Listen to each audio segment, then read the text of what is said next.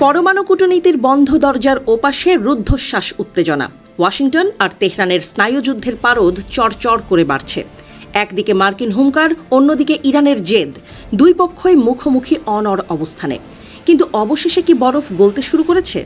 বিশ্ব রাজনীতিতে এখন সবচেয়ে বড় গুঞ্জন নিজের ইউরেনিয়াম ভান্ডার নিয়ে নাটকীয়ভাবে পিছু হটতে চলেছে ইরান। দীর্ঘদিন ধরেই ইরান তীব্র আপত্তি জানিয়ে আসছিল যে তাদের ইউরেনিয়ামের এক কণাও দেশের বাইরে পাঠানো হবে না। কিন্তু কূটনীতির দাবার চালে হঠাৎই যেন সুর নরম করতে বাধ্য হয়েছে তেহরান। আন্তর্জাতিক অঙ্গনে গুঞ্জন উঠেছে এক চরম নাটকীয় সমঝোতার অংশ হিসেবে ইরান তাদের পরমাণু জ্বালানির মজুদ হাতছাড়া করতে রাজি হতে পারে। এই খবর সামনে আসতেই বিশ্বজুড়ে তোলপাড় শুরু হয়েছে। আন্তর্জাতিক পরমাণু শক্তি সংস্থার সাম্প্রতিক একটি তথ্য ঘুম উড়িয়েছে পশ্চিমা বিশ্বের।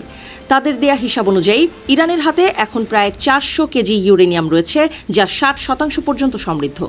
পরমাণু বিশেষজ্ঞদের মতে এই স্তরের সমৃদ্ধকরণকে অস্ত্র তৈরির একেবারে দ্বারপ্রান্ত বলে গণ্য করা হয়।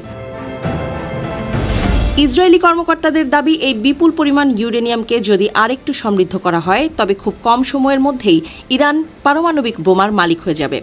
আর ঠিক এই জায়গাতেই আটকে ছিল সব আলোচনার টেবিল থেকে আসা খবর অনুযায়ী ইরান চেয়েছিল ইউরেনিয়াম মজুদের প্রসঙ্গটি এখন ধামাচাপা দিয়ে রাখুক এবং আলোচনার পরবর্তী ধাপে এটি তোলা হোক।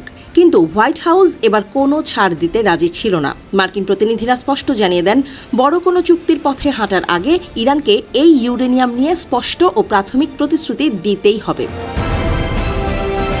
আমেরিকার পক্ষ থেকে রীতিমতো ডেডলাইন ছুড়ে দিয়ে হুঁশিয়ারি দেওয়া হয় যে ইউরেনিয়াম প্রশ্নের সমাধান না হলে চলমান সমস্ত আলোচনা ভেঙে দেওয়া হবে।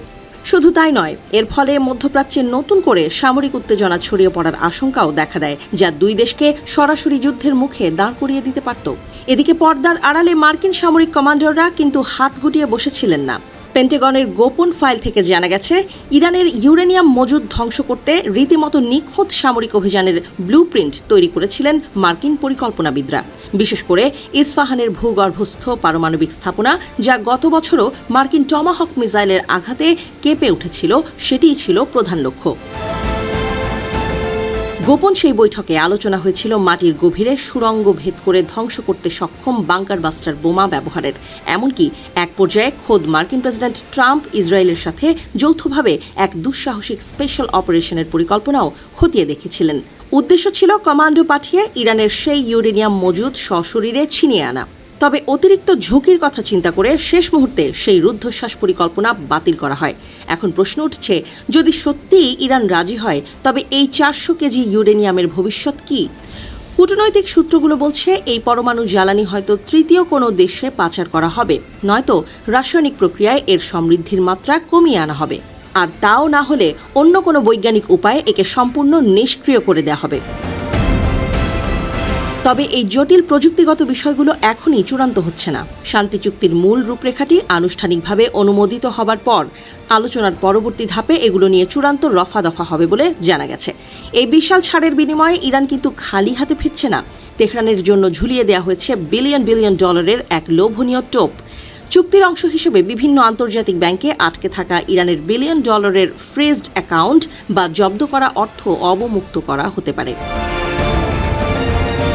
তবে আমেরিকার শর্ত বেশ কড়া। ইরানকে স্পষ্ট জানিয়ে দেওয়া হয়েছে যে পুনর্গঠন ও অর্থনৈতিক সহায়তার এই বিশাল তহবিল তেহরানের হাতে তখনই পৌঁছাবে যখন একটি চূড়ান্ত পারমাণবিক চুক্তি সফলভাবে সম্পন্ন এবং বাস্তবায়িত হবে। আপাতত এই সম্ভাব্য রফা বিশ্ব অর্থনীতিতে কিছুটা স্বস্তির বাতাস আনলেও মূল লড়াই কিন্তু এখনও বাকি। মার্কিন যুক্তরাষ্ট্র চাইছে ইরানের এই ইউরেনিয়াম সমৃদ্ধকরণ কর্মসূচির ওপর দীর্ঘমেয়াদী বা স্থায়ী একটি নিষেধাজ্ঞা চাপাতে।